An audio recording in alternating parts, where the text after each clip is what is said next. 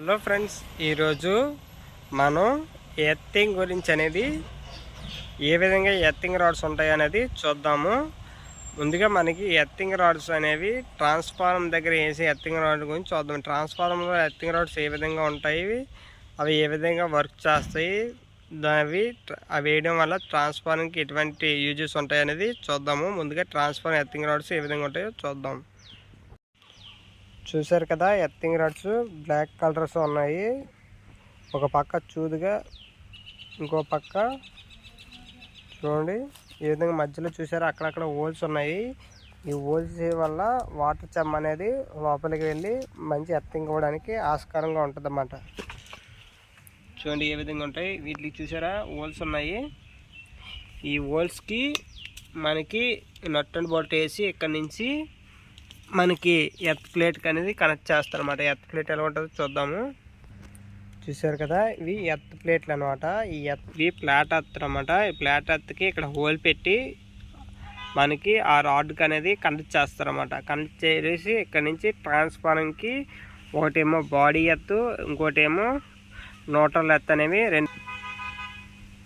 ఈ రెండు ఎర్త్ని రెండు వేరువేరు దిక్కుల ఎర్తింగ్ రాడ్ల దగ్గొట్టి వాటికి కనెక్ట్ చేస్తారు.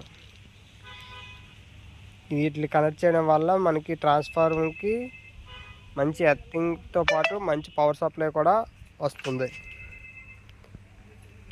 బాడీ కోవడం వల్ల యూజెస్ ఏంటంటే ఎక్కడైనా ఏదైనా షార్ట్ అయినా వెంటనే ఫీజు గట్రా కొట్టిస్తే వెంటనే సప్లై అనేది పోద్ది. దానివల్ల ట్రాన్స్ఫార్మర్ అనేది సేఫ్గా ఉంటుంది.